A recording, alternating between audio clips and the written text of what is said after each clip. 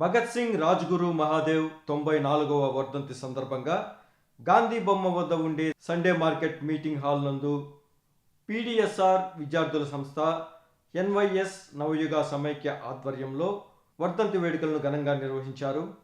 అనంతరం వారు మీడియాతో మాట్లాడుతూ భగత్ సింగ్ రాజ్గురును ఉరితీసి మార్చి 23వ తేదీ నాటికి 93 సంవత్సరాలు గడిచిందని, నాడు బ్రిటిష్ ప్రభుత్వం పనిగట్టుకుని మత కులాలను సాగిస్తున్న కాలంలో భగత్ సింగ్ సాగించిన పోరాటం, తాను చేసిన రచనలు నేటికి ఎంతో స్ఫూర్తిని ఇస్తున్నాయని పిల్లలకు వేషధారణలతో ఈ సభలో వివరించారు. ఈ క్రమంలో జి కృష్ణప్రసాద్, అల్లూరు రాజు, పి శరవణన్, డాక్టర్ రత్నం పాల్గొని పిల్లలకు, విద్యార్థులకు భగత్ సింగ్ గారి త్యాగాలను వివరించారు. చేస్తారు కాబట్టి దయానంద మేధావిన సందాగ్రాహులు అంటారు.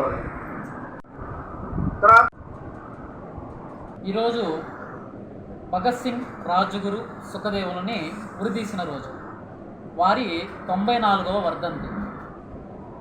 ఈ 94వ వర్ధంతిని ప్రగతిశీల ప్రజాస్వామ్య విద్యార్థి సంస్థ పీడీఎస్ఓ, నవయువ సమాఖ్య ఎన్వైఎస్ సమిష్టిగా నిర్వహించడం జరుగుతుంది.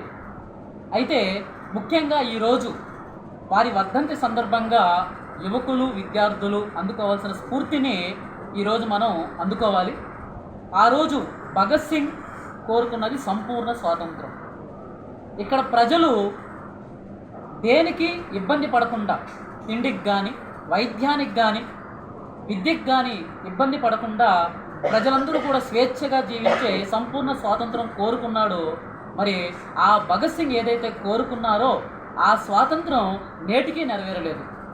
చూస్తూనే ఉన్నాం, రోజు రోజుకి నిరుద్యోగం విపరీతంగా పెరిగిపోతూ ఉంది.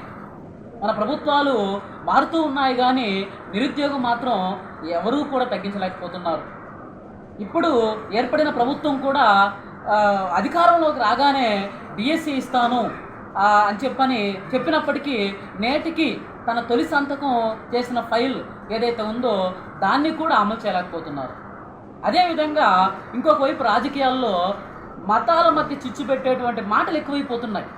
రాజకీయ నాయకులు నోరు తెరిస్తే మతాలను విడగొట్టేటటువంటి మాటలు, మతాల మధ్య విద్వేషాలు రగిల్చే మాటలు అధికమవుతూ ఉన్నాయి.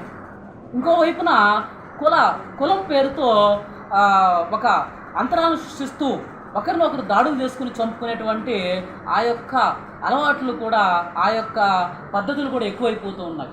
ఈ రకంగా అనేక రకాలుగా సమాజంలో ఎన్నో అంతరాలు కానీ, విద్వేషాలు కానీ ఒకవైపు రగులుతూ ఉంటే, ఇంకొక వైపున మనం చూసినట్లయితే ప్రపంచవ్యాప్తంగా కూడా యుద్ధాల పేరుతో ఈ యొక్క పేద దేశాల మీద విపరీతంగా దాడులు జరుగుతూ ఉన్నాయి.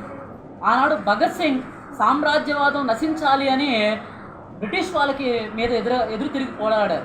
మరి ఈరోజు మనం అభివృద్ధి చెందిన దేశాలన్నీ కూడా ఆధిపత్యం కోసం ప్రయత్నిస్తూ, పేద దేశాల మీద పెత్తనం కోసం ప్రయత్నిస్తూ అనేక రకాలుగా వాటి మీద దాడి చేస్తూ ఉన్నాయి. వ్యాపారం పేరుతో విపరీతంగా పేద దేశాలను దోచుకుంటూ ఉన్నాయి. ఆ యొక్క ప్రజల్ని గొల చేస్తూ ఉన్నాయి. మరి అటువంటి సామ్రాజ్యవాదం నశించాలి అనే నినాదాన్ని, మతోన్మాదానికి వ్యతిరేకంగా పోరాడాలనే నినాదాన్ని ఈ దేశ యువత ఈ రోజుని, ఈ 94వ వర్ధంతి సందర్భంగా స్ఫూర్తిగా దాన్ని తీసుకొని ముందుకు సాగాలి అని కోరుకుంటూ, నినదిస్తూ మరి ఈ కార్యక్రమాన్ని నిర్వహించుకుంటూ ఉంది. ఈ భగత్ సింగ్ గారి 94వ వర్ధంతి సందర్భంగా ఇక్కడ సమావేశం కావడం జరిగింది. పిల్లలు, ఈ నాగిరెడ్డి స్కూల్ పిల్లలు చక్కగా పాటల రూపంలో ఆ యొక్క భగత్ సింగ్ గారిని గురించి చక్కగా వివరించారు. చాలా సంతోషమైనటువంటి విషయం. అధ్యక్షులు వారు కూడా ఈరోజు ముఖ్యాంశమైనటువంటి భగత్ సింగ్ గారిని గురించి చక్కగా వివరించడం జరిగింది.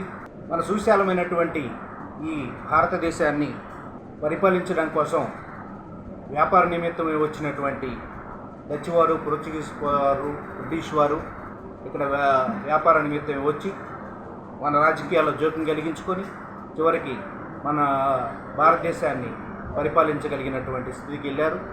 ఇది కేవలం మనలో అనైక్యతకి కారణం.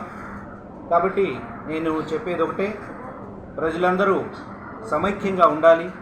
వారి స్ఫూర్తిని మనము తీసుకొని పిల్లలైతే ఏమి, పెద్దలైతే ఏమి, నేటి బాలలే, ముఖ్యంగా నేటి బాలలే రేపటి పౌరులు కాబట్టి ఈ విషయాలని మనసులో పెట్టుకొని మీరు చక్కగా చదువుకొని దేశ పౌరులుగా మంచి పేరు తీసుకొచ్చి దేశానికి మంచి పేరు, తల్లిదండ్రులకి, ఈ నెల్లూరు పట్టణానికి మంచి పేరు తీసుకొస్తారని ఆశిస్తున్నాను.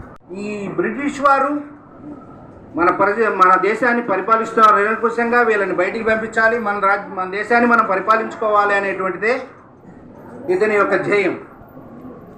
కాబట్టి విప్లవకారుల పుస్తకాలు ఎక్కువగా చదివేవాడు ఈ భగత్ సింగ్ గారు.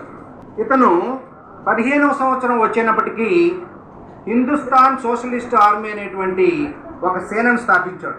వాళ్ళు అప్పుడు ఏం చెప్తారంటే, వాళ్ళు తెల్లదొరలు, భారతీయులు, అనాగరికులు తాము వారి నాగరికత నేర్పి రోడ్లు, వాహనాలు, రైళ్లు, ఆనకట్టలు, విద్యాలయాలు, వైద్యశాలలు ఏర్పాటు చేయు దేవదూతలమని చెప్పుకునేవాళ్ళు. బ్రిటిష్ వాళ్ళు ఏ విధంగా వాళ్ళు గెట్టిన అవుతున్నారంటే, వాళ్ళు ఈ విధంగా గెట్టిన అవుతున్నారు.